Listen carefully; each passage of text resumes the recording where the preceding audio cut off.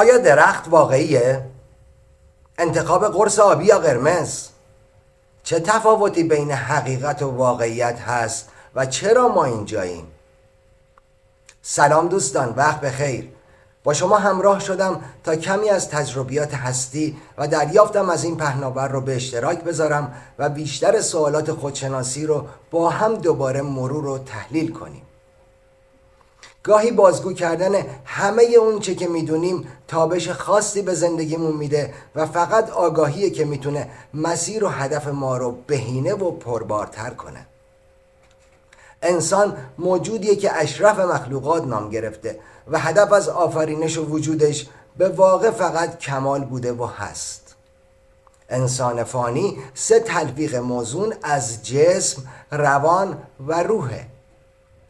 جسم تقریبا شناخته شده و روح جایگاه الهی و نامیرا داره و رابط روح به جسم روان هست که آشنایی با اون مهمترین بخش کامل شدنه.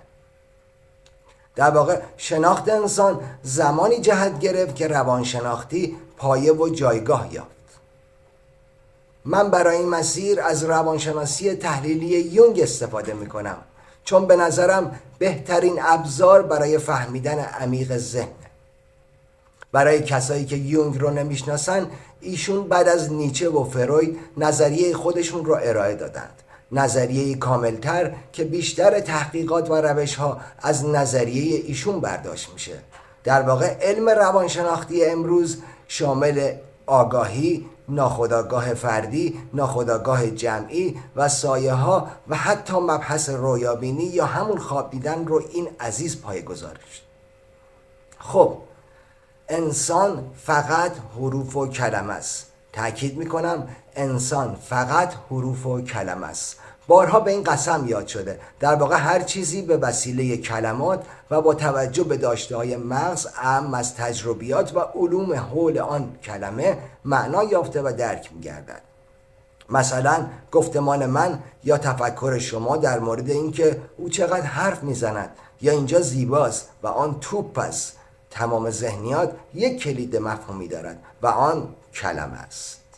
حواس دریافت نموده و سیگنال ها رو به مغز میفرسته و 1.2 ولت الکتریسیته بین نورون های مغز باعث یادآوری کل خاطرات از هر کلمه و جمع‌بندی آنهاست. مثال کمی واضح تر میارم.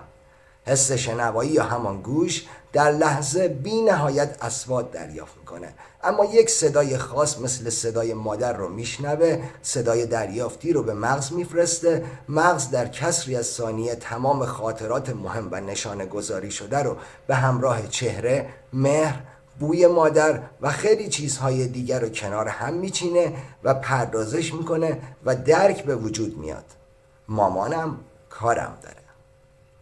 یا تصویر توپ به مغز فرستاده میشه و با توجه به تمام داشته‌ها مغز بهش برچسب میده و در قالب یک کلمه به نام توپ درک میشه.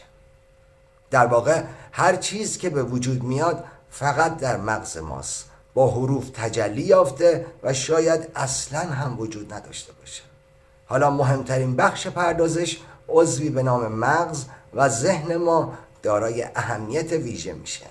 در کنار هم و جلسه بعد میپردازیم به ذهن، آن خوش قد و بالای فریبنده. در پناه یکتا شاد و پیروز باشید.